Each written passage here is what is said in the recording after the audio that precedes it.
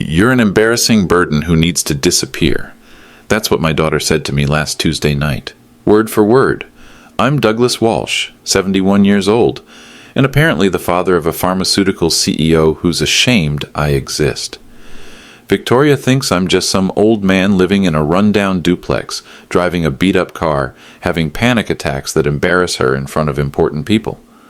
What she doesn't know is that I've been hiding something for 30 years. Something that would make every single one of her fancy industry colleagues drop to their knees and beg for my respect. So when Victoria told me to disappear, I decided to give her exactly what she wanted.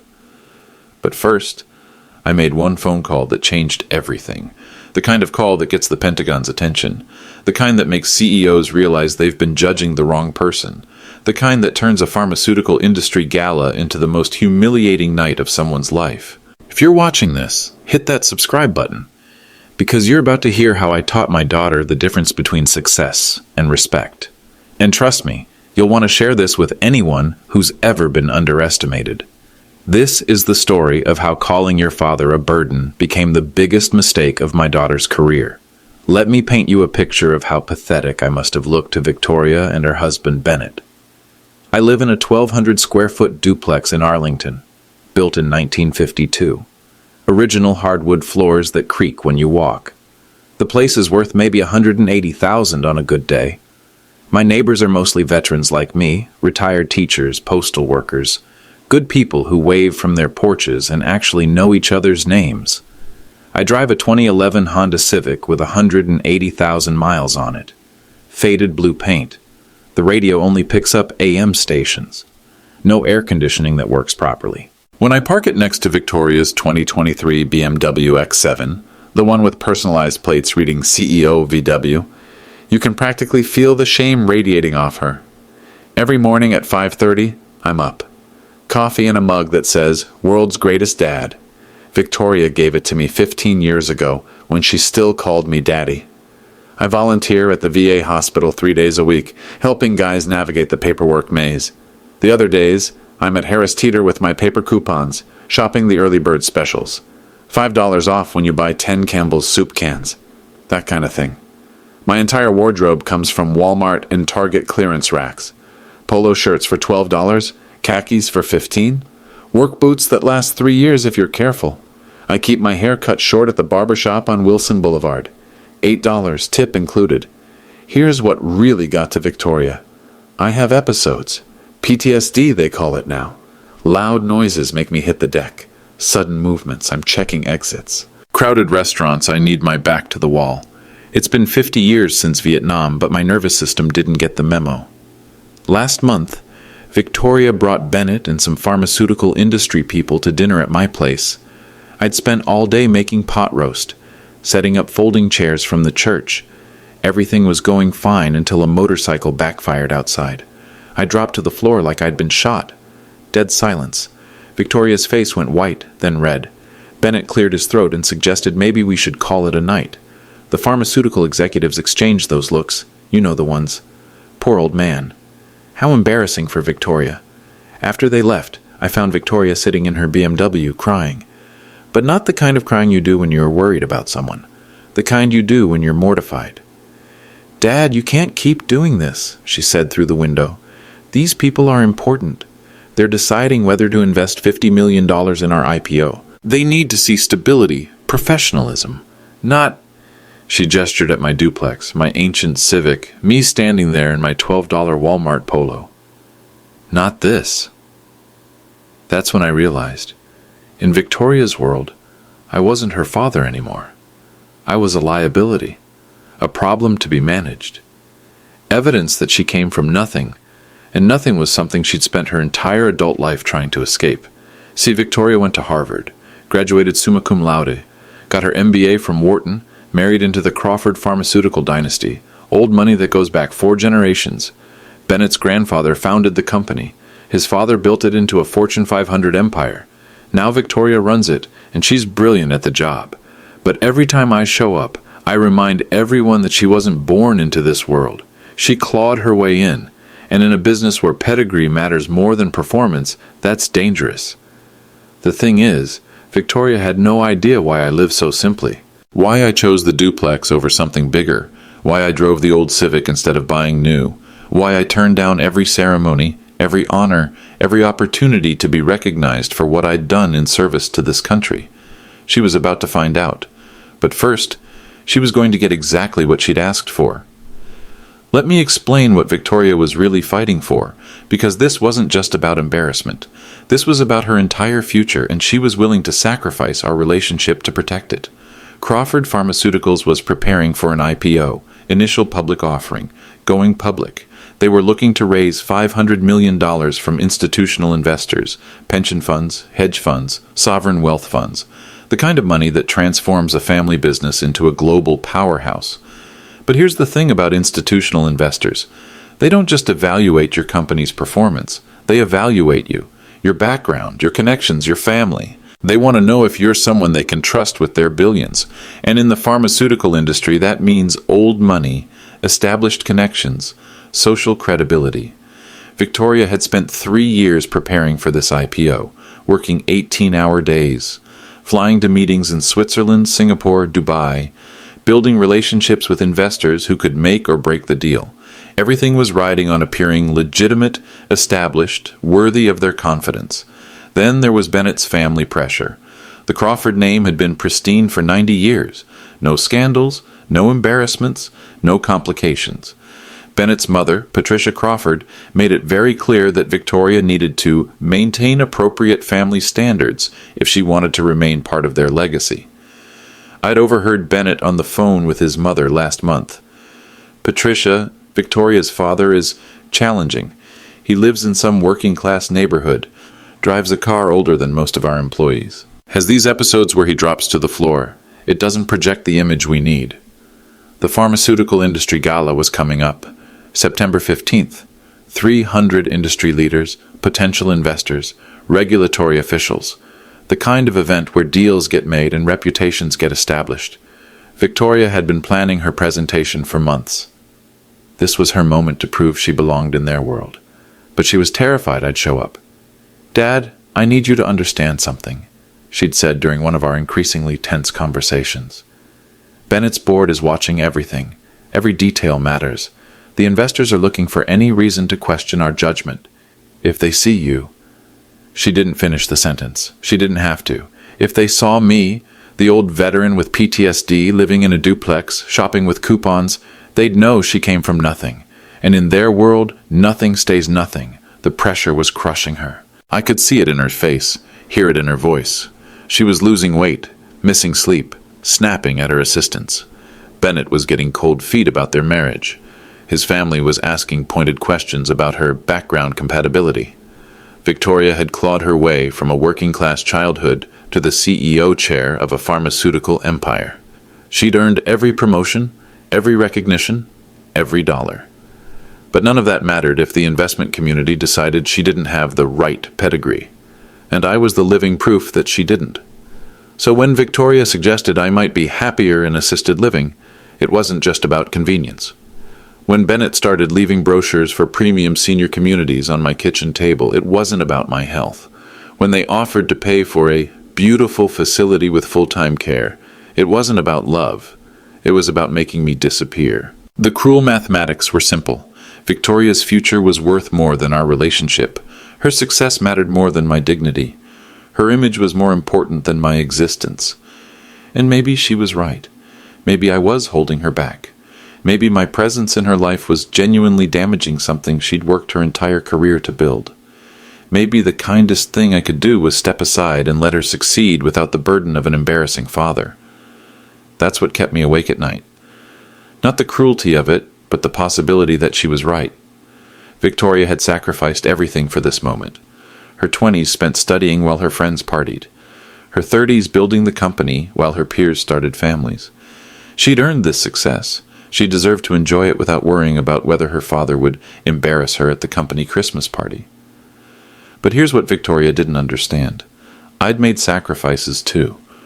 Bigger ones than she could imagine. And while she was busy being ashamed of where she came from, she'd forgotten to ask where her opportunities had come from in the first place. The phone call that changed everything was coming. The one that would remind her that sometimes the most powerful people in the room are the ones who choose to stay quiet. But I wasn't ready to make that call yet. First, I wanted to see how far she'd go, how much of our relationship she was willing to destroy to protect her precious image. I was about to find out. The intervention happened on a Thursday evening. I knew something was wrong when Victoria called and asked if she could stop by with Bennett around 7 o'clock. Victoria never just stopped by. Everything with her was scheduled, planned, coordinated through her assistant. They showed up in Bennett's Porsche Cayenne, black, spotless, the kind of car that costs more than most people make in 2 years. Victoria was carrying a leather portfolio, the expensive kind lawyers use. Bennett had his game face on. They sat on my old couch, the one I'd bought at a yard sale 12 years ago. Victoria perched on the edge like she might catch something. Bennett kept checking his Rolex. "Dad, we need to talk." Victoria's voice had that professional tone she used in board meetings. All business, no emotion. "About what?" "Your living situation." She opened the portfolio and pulled out glossy brochures. Heritage Gardens Senior Living, Arlington Heights Assisted Care, Potomac River Retirement Community. Full-color photos of smiling elderly people playing chess, doing watercolor painting, taking yoga classes. "These are beautiful facilities," Victoria said, spreading the brochures on my coffee table. "Full-time medical staff, organized activities, nutritious meals prepared by professional chefs. You'd have your own apartment, but with help when you need it." I picked up one of the brochures. Heritage Gardens, starting at $4,200 per month for basic care. Premium suites available. "The cost isn't an issue," Bennett said quickly. "We'd handle all the expenses. Think of it as an investment in your health and happiness." "My health and happiness?" "Dad, you're 71 years old," Victoria said, "living alone in this neighborhood. What happens if you have another episode and there's nobody around to help? What if you fall down those front steps? What if someone breaks in?" "Someone breaks in?" "Crime is increasing in this area," Bennett added. "The property values are declining. Your neighbors are transient. My neighbors, Mrs. Patterson, who brought me soup when I had the flu. Miguel Santos, who fixed my leaky faucet for free. Jimmy Rodriguez, who shovels my walkway every snowstorm without being asked." "Where would you get the money for these places?" I asked. Victoria and Bennett exchanged a look. "Well," Victoria said carefully, "you'd need to sell the duplex. The equity would cover the initial costs and we'd supplement the monthly fees." "Sell the duplex." "Dad, let's be realistic. This place is falling apart. The roof needs work. The plumbing is ancient. The neighborhood is going downhill. You could get maybe $200,000 for it, and that money would go much further at a proper facility." I set down the brochure. "What's this really about, Victoria?" Another look between them. "It's about what's best for everyone," Bennett said. "You'd be safer, healthier, happier, and Victoria wouldn't have to worry about you anymore." "Worry about me?" "Dad, I do worry," Victoria said, and for a moment her professional mask slipped. "I worry about you living alone. I worry about your episodes. I worry about what would happen if something serious happened and I couldn't help you." She was good, almost convincing, but I caught the real tell. Bennett checking his phone during her emotional speech. This wasn't about my well-being. This was about their convenience. "The pharmaceutical gala is next week," Victoria continued. "I'd love for you to attend, but in your current state." My current state? "The PTSD episodes, Dad. They're getting worse. Last month at dinner, you scared our guests. Bennett's board members are still talking about it."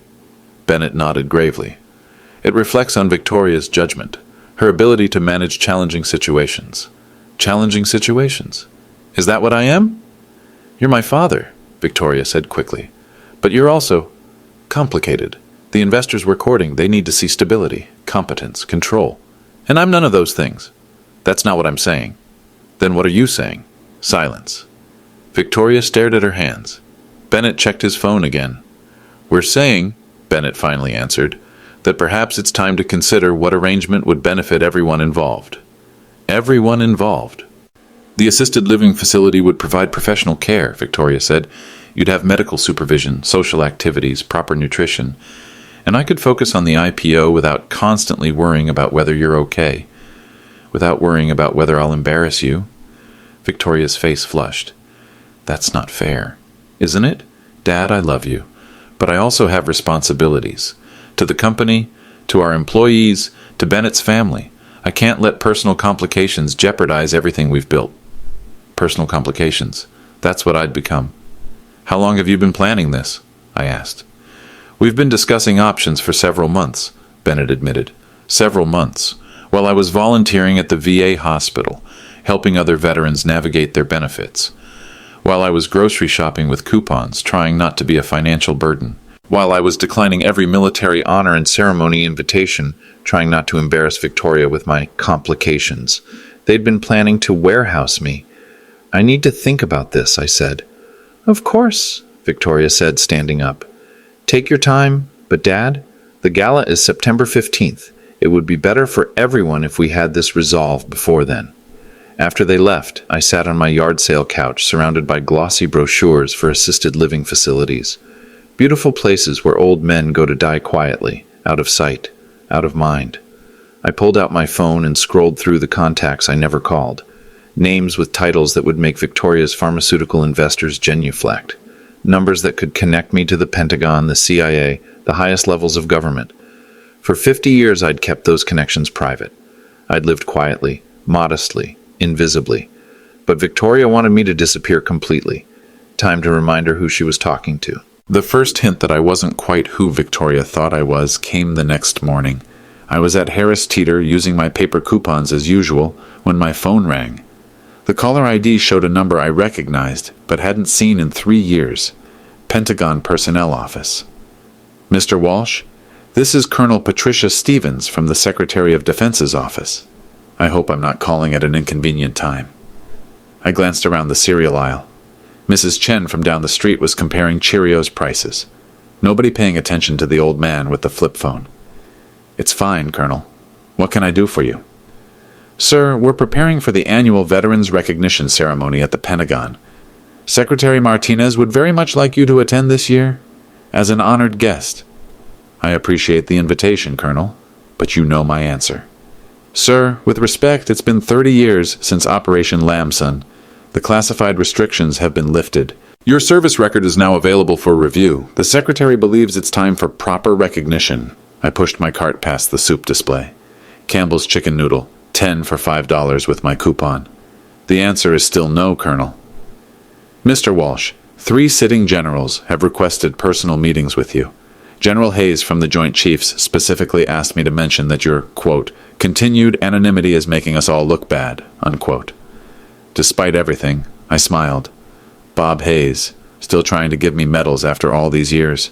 Tell General Hayes I said hello, but no ceremonies. Sir, may I ask why? Your record speaks for itself. 23 soldiers rescued under heavy fire. Purple Heart, Bronze Star, CIA commendation for intelligence work that saved American lives. Why won't you accept recognition? Because my daughter is ashamed of me, I thought. Because she thinks I'm an embarrassing old man who needs to be hidden away. Personal reasons, Colonel. Sir, I have to inform you that your name has been submitted for the Congressional Medal of Honor. The review board meets next month. With or without your cooperation, this recognition is going forward. I stopped pushing my cart. Colonel, I specifically requested no further nominations. Sir, that request came from you personally, but it turns out other people have been submitting nominations for 30 years. Veterans you served with, CIA colleagues, even some of the soldiers you saved. The paperwork has been piling up. An elderly man in a veteran's cap walked past and nodded. I nodded back. In Arlington, we recognize each other. How many nominations? I asked. 47, sir. The most recent was submitted last week by General Martinez himself. He used words like unprecedented heroism and national treasure. 47 nominations. For 30 years, people had been trying to honor me while I was trying to stay invisible. While Victoria was worrying about her image, the United States military was building a file that could make her the proudest daughter in America. Colonel, I'll need to think about this. Sir, I should mention that several media outlets have filed Freedom of Information requests. With the classification lifted, your story is becoming public whether you participate or not. The Washington Post is preparing a feature article. After I hung up, I stood in the Harris Teeter parking lot, staring at my old Honda Civic. 47 nominations. General Martinez, the Secretary of Defense, calling me a national treasure, Congressional Medal of Honor review. Meanwhile, Victoria wanted to stick me in assisted living because I was an embarrassment. The second hint came that afternoon. I was working at the VA hospital, helping Jimmy Peterson navigate his disability claim paperwork. Jimmy lost his leg in Afghanistan, been fighting the bureaucracy for 2 years. "Mr. Walsh," he said, "I don't know how you do it. Every time I mention your name around here, people stand up straighter, like you're some kind of legend." "I just know how to read the forms, Jimmy." "Nah, it's more than that. Dr. Rodriguez told me you've gotten more veterans their benefits than anyone in the history of this hospital. Said you have connections that go all the way to the top." I helped Jimmy fill out Form VA-21-526-EZ for the third time. Same information, different format. The VA loves its paperwork. "Mr. Walsh?" a voice behind me. I turned around to see Dr. Elizabeth Torres, the hospital administrator. "Could I speak with you privately?" We walked to her office. She closed the door. "Doug, I got a call today from the Veterans Affairs Secretary's office. They're planning something special for the annual gala next month. Your name came up." "In what context?" "As someone they'd very much like to honor publicly. Apparently your service record has been declassified." They used words like extraordinary and historically significant. "Dr. Torres, I'm not interested in ceremonies." "I understand. But Doug, there are reporters asking questions. The VA wants to get ahead of the story. They'd rather honor you properly than have your story come out without context." After I left the hospital, I drove through Arlington, thinking about secrets, about the difference between humility and hiding, about what Victoria would say if she knew that while she was ashamed of her father, the Pentagon was trying to give him the nation's highest honor. I pulled into my driveway and sat in my old Civic, looking at my modest duplex. 47 nominations, Congressional Medal of Honor, Secretary of Defense calling me a national treasure. Victoria thought I was a burden. Time to show her the difference between embarrassment and honor. But first, I had a phone call to make. The Pharmaceutical Industry Board dinner happened at the Willard Intercontinental Hotel on September 10th, 5 days before the big gala.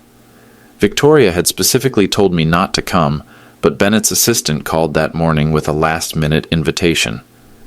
"Mr. Walsh, this is Jennifer from Crawford Pharmaceuticals. Mr. Crawford asked me to invite you to tonight's board dinner, 7 o'clock at the Willard. Business casual attire." Business casual.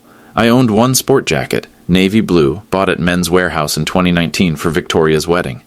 It still had the tags on it.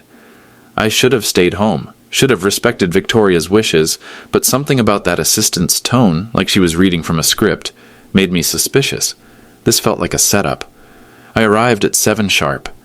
The Willard's lobby was all marble and crystal, the kind of place where dinner costs more than my monthly grocery budget. Victoria and Bennett were holding court at a table with 6 other people, board members, investors, pharmaceutical executives. Victoria saw me walk in and her face went white, not just pale, completely drained of color. She whispered something to Bennett, who turned and saw me approaching. "Dad." Victoria stood up quickly. "I didn't know you were coming." "Your husband's assistant invited me." Bennett looked confused. "I didn't ask Jennifer to call anyone." Awkward pause. One of the board members, a thin man in an expensive suit, extended his hand. "You must be Victoria's father. I'm Harrison Webb, Crawford's chief financial officer." "Doug Walsh." "Please join us," said a woman with perfect silver hair. "I'm Patricia Crawford, Bennett's mother." The matriarch herself. I'd heard about Patricia Crawford, but never met her. Old pharmaceutical money, social register family, the kind of woman who'd judge you by your shoes and find you wanting. "Mr. Walsh," said another man.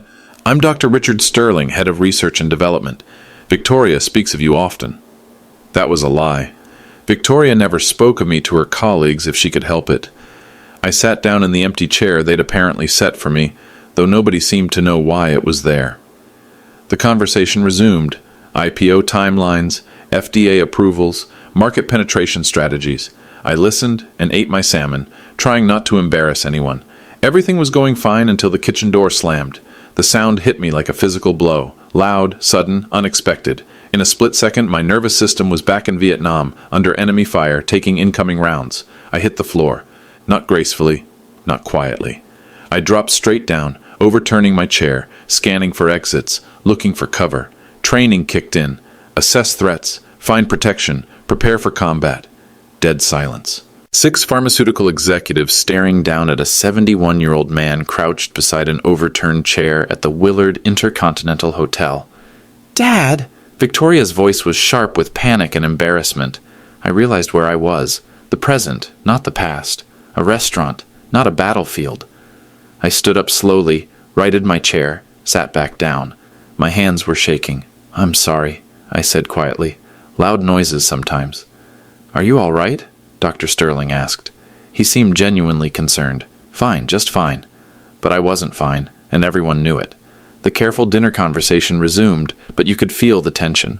People choosing their words carefully, avoiding sudden movements, glancing at me with that mixture of pity and discomfort that follows a public breakdown. Victoria's face was frozen in a professional smile, but her eyes were mortified. Bennett kept checking his phone like he had somewhere urgent to be. Patricia Crawford studied me with the cold assessment of someone evaluating damaged goods. "Mr. Walsh," Harrison Webb said carefully, "have you been to many industry events?" "This is my first." "Well, we're honored to have you. Victoria's told us so much about your background." Another lie. Victoria had told them nothing because she was ashamed of my background. "What line of work were you in?" Patricia Crawford asked. "I served in Vietnam. After that, government work." "Government work? How interesting. What department?" I could have ended the conversation right there. Could have mentioned the CIA, the Pentagon connections, the classified work that paid for Victoria's college education. Could have dropped names that would make these pharmaceutical executives stop judging me by my Men's Warehouse sport jacket. Instead, I said nothing glamorous, paperwork mostly. Victoria looked relieved. Bennett relaxed slightly. They thought I was playing along, keeping my background appropriately vague and humble. Then Dr. Sterling's phone rang. "I'm sorry, I have to take this," he said, stepping away from the table. "It's the FDA about our drug approval timeline." While he was gone, the conversation turned to industry gossip. Who was buying whom, which companies were struggling, whose IPO was succeeding or failing. I listened and learned things Victoria would probably prefer I didn't know. Crawford Pharmaceuticals was not in great shape. The IPO was make or break. They needed $500 million to fund research for their next generation of drugs.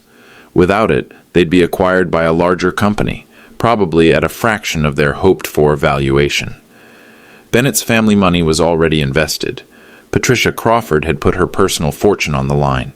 Victoria's reputation was the only thing standing between success and catastrophe, and I was the weak link. The embarrassing father who dropped to the floor when kitchen doors slammed. Dr. Sterling returned to the table looking puzzled. "That was odd," he said. "The FDA mentioned they'd gotten an inquiry about our company from the Veterans Affairs Office. Something about family connections to military personnel. They wouldn't give details."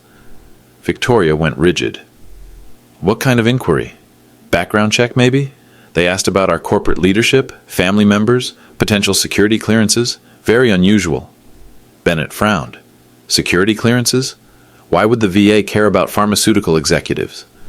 Dr. Sterling shrugged. "They mentioned something about classified information protocols, probably just bureaucratic confusion. But I knew exactly what was happening. My Pentagon connections were starting to surface. Colonel Stevens had warned me that media outlets were filing Freedom of Information requests.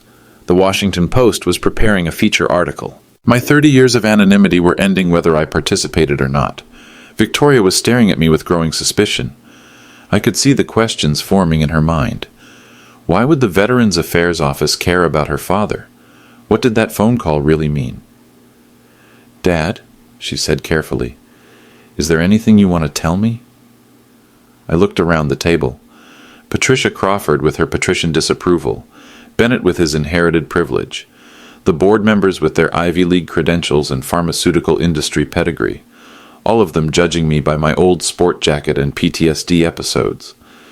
None of them knowing that I had connections that could make or break their precious IPO with a single phone call.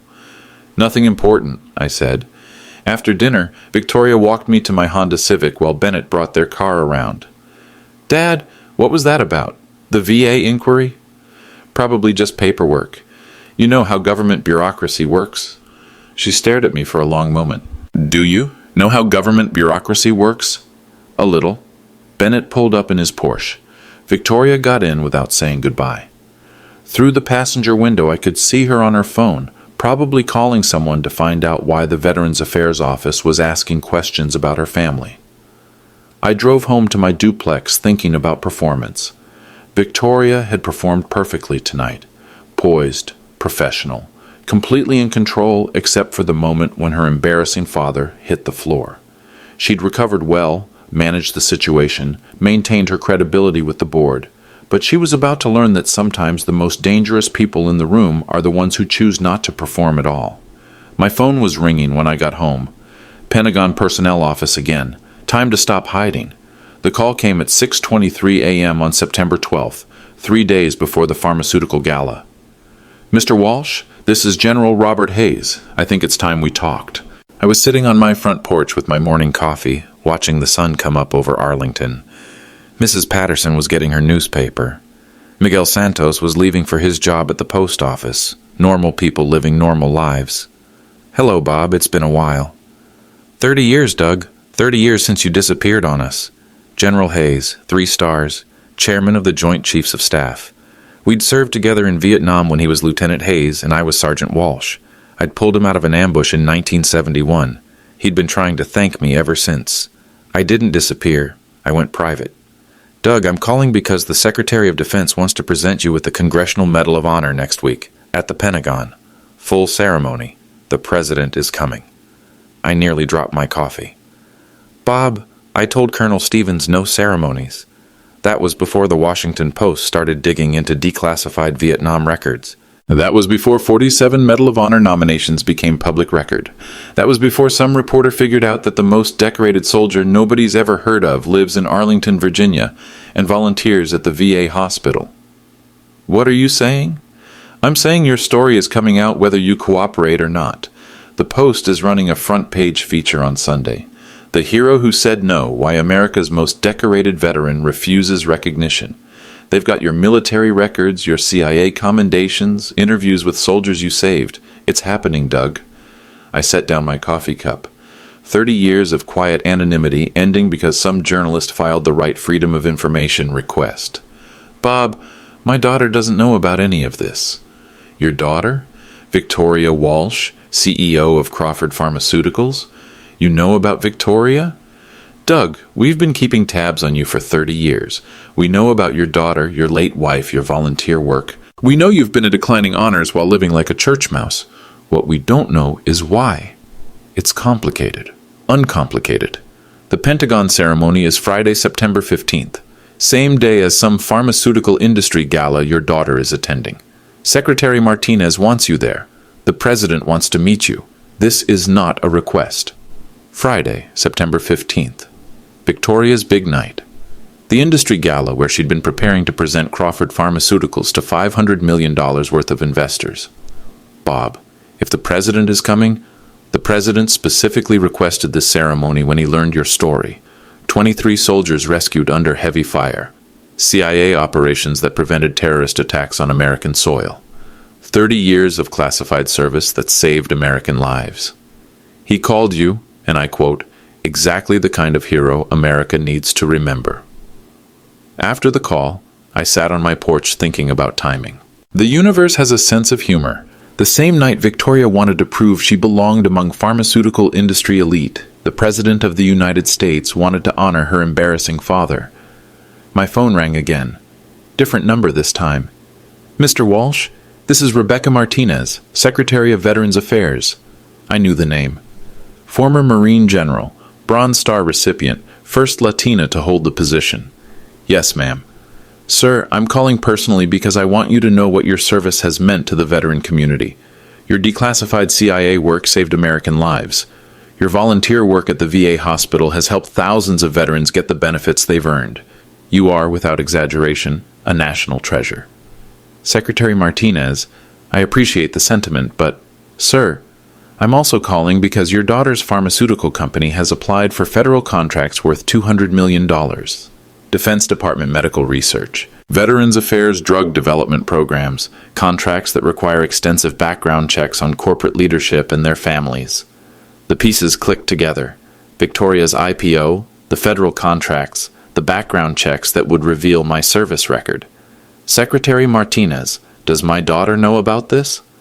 The background check results will be available to her company's board of directors next week. Sir, she's going to find out who you really are. The question is whether you want to tell her yourself or let her read it in a government report. What would you recommend? Sir, I'll be attending the pharmaceutical gala Friday night. I was invited to speak about federal research partnerships. I could mention your service record during my remarks. Let the industry know what kind of family produces leaders like Victoria Walsh. That might embarrass her. Sir, having a Congressional Medal of Honor recipient for a father is not an embarrassment. It's the kind of credential that opens doors, builds trust, establishes credibility. Your daughter has spent her career proving she belongs in rooms full of powerful people.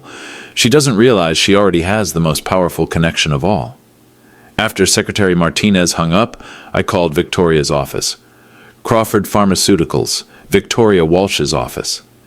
This is her father. Is she available? I'm sorry, Mr. Walsh, but Miss Walsh is in meetings all day preparing for the gala tomorrow night. Can I take a message? Tell her I called. Tell her it's important. I'll let her know. But she didn't call back.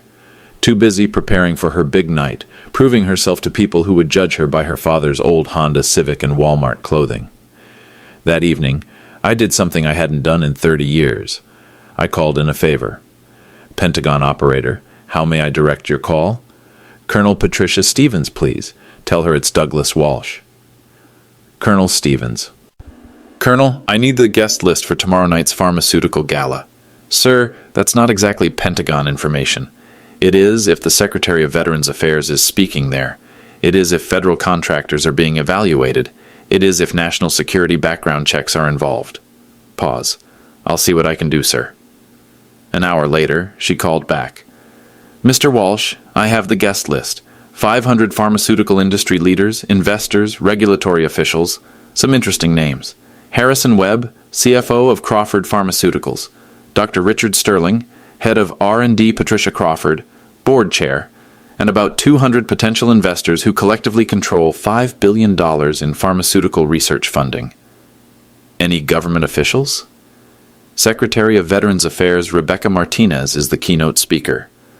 Deputy Secretary of Health and Human Services, FDA Commissioner, several Pentagon medical research liaisons. Colonel, I need you to do something for me. Sir? I need you to make sure Secretary Martinez knows who Victoria Walsh's father is. I need you to make sure she has my complete service record available during her speech. Sir? Are you authorizing disclosure of your classified background? For 30 years, I'd kept my service record classified. Not because I was required to, but because I chose to. Because I wanted to live quietly, modestly, without the complications that come with being recognized as a war hero. But Victoria was about to learn the truth anyway. The Washington Post was running their story. The Pentagon was planning a ceremony. The background check for federal contracts would reveal everything.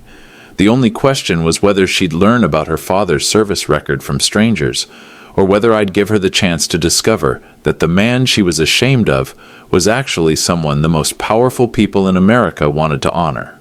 Colonel, I'm authorizing full disclosure. Tomorrow night, Secretary Martinez has my permission to tell the pharmaceutical industry exactly who Douglas Walsh is. Sir, this will change everything for your daughter. Yes, I said. It will. I hung up and sat in my modest duplex, surrounded by the simple life I'd chosen. Tomorrow night, while Victoria was trying to prove she belonged among pharmaceutical elite, Secretary Martinez would reveal that she was the daughter of a Congressional Medal of Honor recipient. Victoria wanted to know what real power looked like. She was about to find out. Friday morning, September 15th, the day of the pharmaceutical gala, the day I would keep my promise to Victoria. I woke up at 5:30 a.m. as usual, made coffee in my world's greatest dad mug, and did something I hadn't done in 30 years. I laid out my dress uniform, not to wear, but to pack. It still fit. Navy blue with ribbons and medals I'd earned in Vietnam and during my CIA years. Purple Heart, Bronze Star, Combat Infantry Badge, CIA Intelligence Medal, decorations that told a story Victoria had never bothered to ask about. At 8:15 a.m., I called Arlington Real Estate Services. This is Douglas Walsh. I need to sell my house immediately. Mr. Walsh, immediate sales usually require significant price reductions. I'll take cash offers only, no financing contingencies, closing within 48 hours. Sir, that's very unusual. What's your asking price? I looked around my modest duplex, 1,200 square feet of memories, the place where Victoria had done her homework at my kitchen table, where Mary and I had planned our retirement before cancer took her, where I'd lived quietly for 15 years, trying not to be a burden. $1.2 million. Silence. Sir, comparable properties in your neighborhood sell for about $180,000. Are you sure about that price? Dead sure. Marketed as a prime development opportunity. Arlington location close to Pentagon, walkable to Metro. Some investor will want the land. By noon, I had 3 cash offers. I accepted the highest. $1.2 million from Highland Development Group, closing Monday morning. At 2:30 p.m., I called Veterans Housing Initiative. This is Douglas Walsh. I want to make a donation. $1.2 million. Cash donation. I'll have the funds available Monday afternoon. At 4 p.m., I received the call I'd been expecting. Dad, where are you? Victoria's voice was tight with stress. At home, packing. Packing for what? Dad, you can't come to the gala. We discussed this. I'm not coming to your gala, Victoria. I'm keeping my promise. What promise?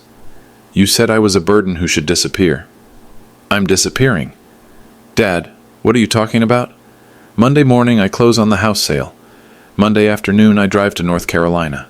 There's a small town outside Asheville where nobody knows me, nobody judges me, and nobody calls me a burden. Dad, you're scaring me. You can't just leave. Why not? It's what you wanted. That's not what I meant. Victoria, you meant exactly what you said. And you know what? You were right. I am holding you back. Tonight, you'll give your presentation to 500 industry leaders without worrying about your embarrassing father dropping to the floor.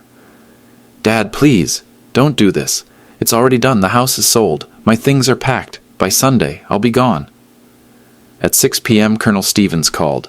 Mr. Walsh, we're expecting you at the Pentagon ceremony tonight. Colonel, I won't be attending. Sir, the President is expecting to meet you. Give the President my apologies. Tell him I had a family obligation. Sir, the Congressional Medal of Honor can be mailed to my new address. I'll text you the details next week. At 7 p.m., Secretary Martinez called. Mr. Walsh, I'm at the Willard Hotel preparing for the pharmaceutical gala. I have your complete service record. Are you sure you want me to proceed without you present? Proceed with what? Sir, I plan to mention your service during my keynote address. Your daughter's industry should know what kind of family produces leaders like Victoria Walsh. Secretary Martinez, my daughter asked me to disappear. I'm honoring that request, but she never asked me to take my story with me. Sir, when I tell 500 pharmaceutical executives that Victoria Walsh is the daughter of a Congressional Medal of Honor recipient, how do you think they'll react?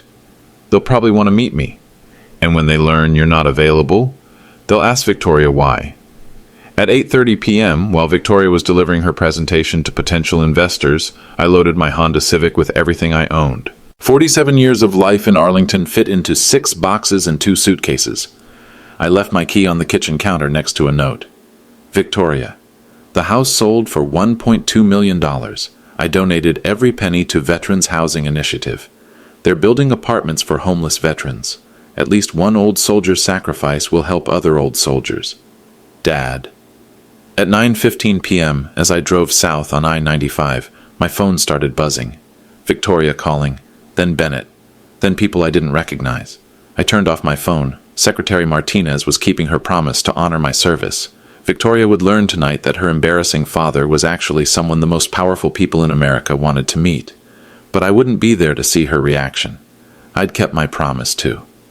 I disappeared exactly when she asked me to. The difference was, I took my dignity with me. By the time I reached Richmond, Virginia, the story was already breaking. I stopped at a truck stop diner for coffee and saw the news ticker on CNN, Pentagon honors missing war hero as pharmaceutical CEO learns father's secret. The diner was nearly empty. Just me, a trucker named Earl, and a waitress who kept the coffee coming. I sat in a corner booth and watched my life become national news. Crazy story, Earl said, nodding at the TV. Some rich lady's dad turns out to be a war hero, but nobody can find him. Pentagon says he was supposed to get the Medal of Honor tonight. I stirred my coffee and said nothing. My phone, turned back on for emergencies, had 37 missed calls. Victoria, Bennett, numbers I didn't recognize, Pentagon Personnel Office, Washington Post reporters, even Good Morning America. The first voicemail was from Victoria, recorded at 9:47 p.m. Dad, where are you? Secretary Martinez just told 500 people that you're a Congressional Medal of Honor recipient. People are asking to meet you. Dad, I had no idea. Please call me. The second was from Bennett at 10:23 p.m. Doug, the investors want to fast-track their commitments. They're fascinated by your story. Where are you? Victoria is frantic. The third was from Patricia Crawford at 11:15 p.m. Douglas, I owe you the deepest apology. I had no idea who you were. Please come home so we can discuss this properly. I deleted them all without listening to the rest. At midnight, I was in a motel outside Durham when Victoria called directly. I answered. Dad, thank God. Where are you? Keeping my promise. Dad, Secretary Martinez said you saved 23 soldiers. She said you worked for the CIA. She said the president wanted to honor you tonight. All true. Why didn't you tell me? You never asked. Dad, the investors went crazy. They want to meet you. They're calling you an American treasure. Bennett's family is asking why we never mentioned your service. The board wants to make you an advisor. What do you want, Victoria? I want you to come home. Why? Because you're my father. Yesterday I was a burden who should disappear. Dad, I was wrong. I was stupid and cruel, and I'm sorry. Sorry doesn't change what you said. Sorry doesn't change what you meant. Please, let me make this right. Victoria, you got everything you wanted tonight. $500 million IPO. Industry respect. Investor confidence. You did it without your embarrassing father dropping to the floor. Congratulations. Dad, don't do this. I'm not doing anything. I'm disappearing exactly like you asked. I hung up and turned off my phone.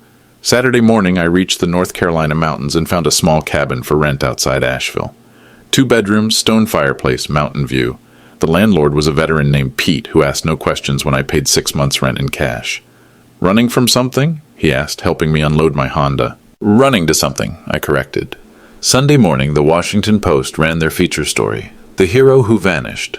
Why America's Most Decorated Veteran Refuses Recognition. Full front-page coverage with my military photos and testimonials from soldiers I'd saved 50 years ago. The article included quotes from pharmaceutical industry leaders who'd attended the gala. We would have invested based on Victoria Walsh's character alone, but learning about her father's service record gives us complete confidence in this family's integrity. There was also this. Miss Walsh declined to comment on her father's whereabouts, saying only, "My father taught me about sacrifice. I'm still learning what that means." Monday morning, Highland Development closed on my house. By noon, Veterans Housing Initiative had received my $1.2 million donation, the largest single gift in their history. Monday evening, they announced plans for Walsh House, 42 apartments for homeless veterans in Arlington, Virginia. Tuesday, Victoria's assistant called my disconnected home number 43 times. Wednesday, Victoria hired a private investigator to find me. Thursday, the investigator called Pete's cabin. Pete told him I'd gone fishing and wouldn't be back for a week. Friday, exactly 1 week after the gala that changed everything, I sat on my cabin porch drinking coffee from my World's Greatest Dad mug and reading about my daughter's success in the Wall Street Journal. Crawford Pharmaceuticals IPO, most successful pharmaceutical offering in 5 years. Victoria Walsh, rising star to watch. Congressional Medal of Honor. Recipient father. Missing and unavailable for comment. My phone rang. Virginia area code. I let it go to voicemail. Victoria was learning the hardest lesson of all. Some disappearances are permanent. Some burdens, once lifted, don't come back. 6 months later, I was sitting on my cabin porch in the Blue Ridge Mountains, reading about Victoria in Forbes magazine. Pharmaceutical visionary, how Victoria Walsh built an empire while honoring family legacy. The article mentioned my Congressional Medal of Honor 3 times. It called me an inspiration to his daughter's leadership philosophy. It quoted Victoria saying, "My father taught me that true strength comes from service to others." What it didn't mention was that Victoria hadn't spoken to me since that night in Durham. She'd tried. The private investigator found my cabin in October, but I'd moved to a different mountain town by then. She'd sent Christmas cards to my old VA hospital. They were forwarded to me unopened. She'd donated $1 million to Veterans Housing Initiative in my name and invited me to the dedication ceremony. I didn't attend. Last month, Walsh House opened in Arlington. 42 apartments for homeless veterans, built with my house sale money. The dedication plaque read, "In honor of Douglas Walsh, Congressional Medal of Honor recipient, who understood that true service never ends." Victoria gave the dedication speech. I watched it online from my cabin in the mountains. She looked older, tired, successful but hollow. "My father taught me about sacrifice," she told the crowd of veterans and dignitaries. "I'm still learning what that means. Dad, wherever you are, I hope someday you'll come home so I can show you what I've learned." The camera panned across the audience. Veterans in wheelchairs, families with children, Pentagon officials, Arlington community leaders, people whose lives my $1.2 million donation had changed, people who understood what burden really meant. This morning I received a handwritten letter from Victoria. No return address. She must have hired someone to find my latest location.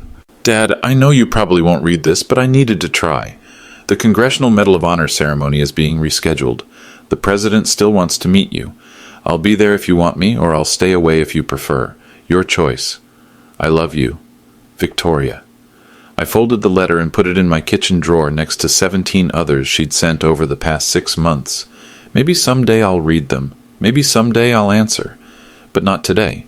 Today, I'm exactly where Victoria wanted me to be, disappeared. If you're watching this, remember that words have consequences.